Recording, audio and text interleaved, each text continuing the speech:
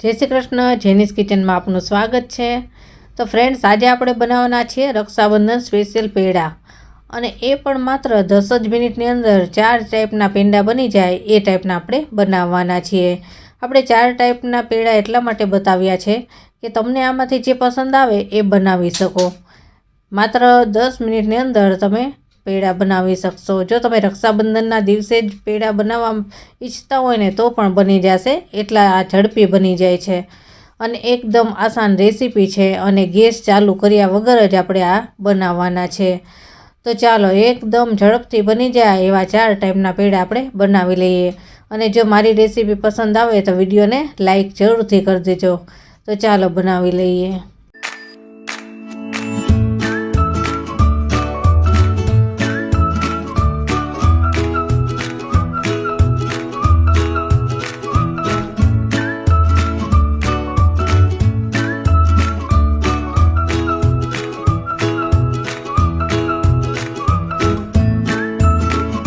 તો ઇન્સ્ટન્ટ માત્ર 10 જ મિનિટમાં અને ગેસ ચાલુ કર્યા વગર બની જાય એવા પેંડા બનાવવા માટે મેં આ 100 ગ્રામ મિલ્ક પાવડર લીધો છે।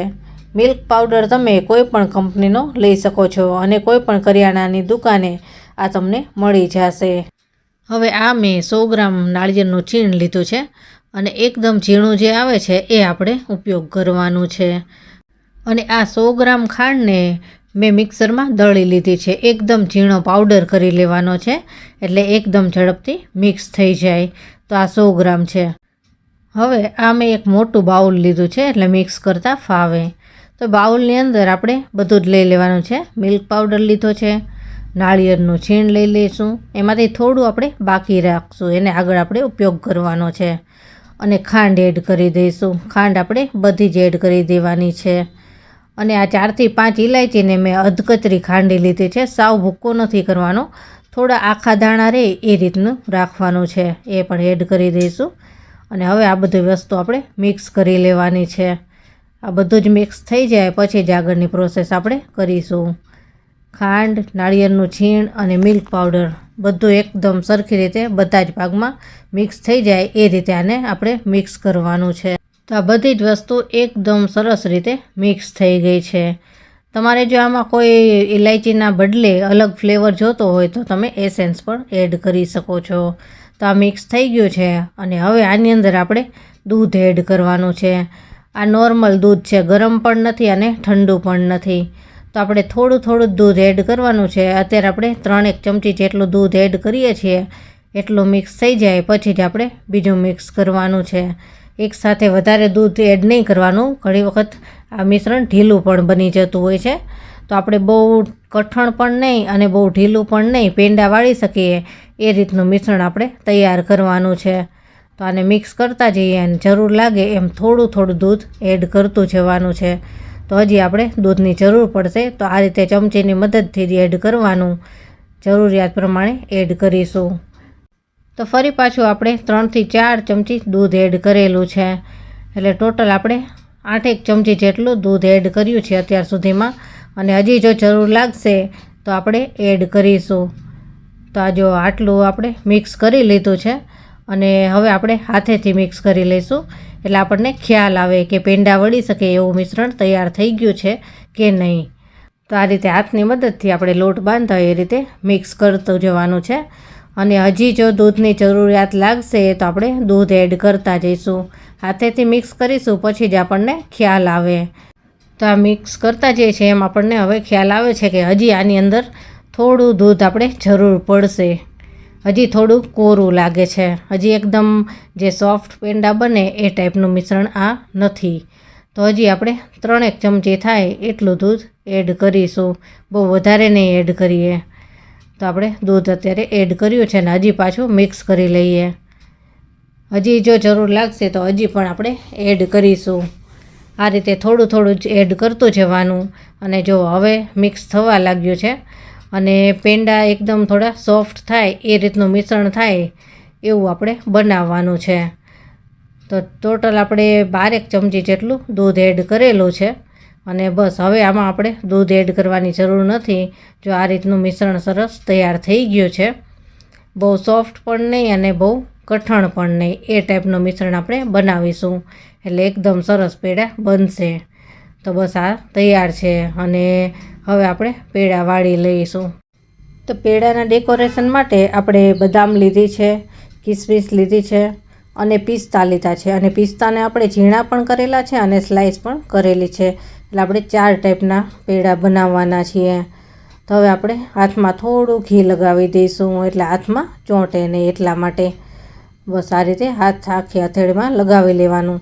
અને હવે આપણે જેવડા પેડા બનાવવા હોય એટલું મિશ્રણ હાથમાં લઈ લઈશું.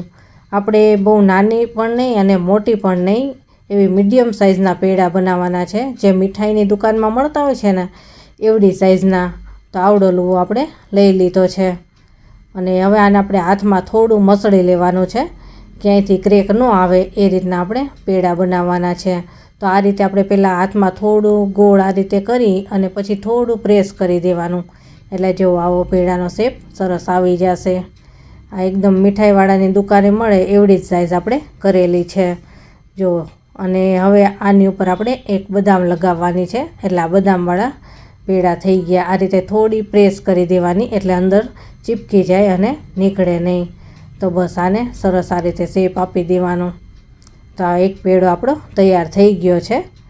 અને જોઈને જ ખાવાનું મન થઈ જાય એવા આ પેડા બનેલા છે.